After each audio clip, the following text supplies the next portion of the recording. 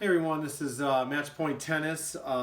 So today is Tennis Tip Tuesday, and what we're going to do is show you how to cut the end of an overgrip or a replacement grip, which can be really annoying. So I've already gone ahead and put the grip on this. I'm almost done, and so Ashlyn, my daughter, is going to help us here. And so what you're going to do is you're going to wrap this grip until you see it till it touches the end.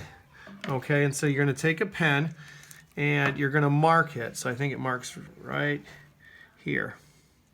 Okay, and then I'm going to continue around until you can see where it's going to end again, right about there. So I'm going to keep going, and I'm going to stop there, and now I'm going to mark actually the top part. So maybe right about there. Okay, so I'm going to unwind the grip, and I should have two marks diagonal of one another.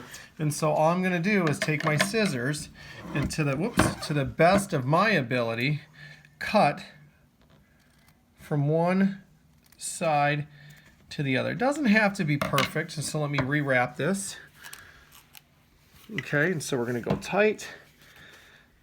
Okay, and then we can see, watch what happens as we run out of grip there, and it snugs up nice. Look at that, darn near perfect.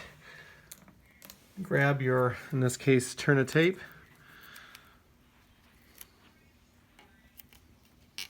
and go ahead and wrap your grip. Okay, and so that, everybody, that is how you cut the end of an overgrip or a replacement grip. We'll see you next time.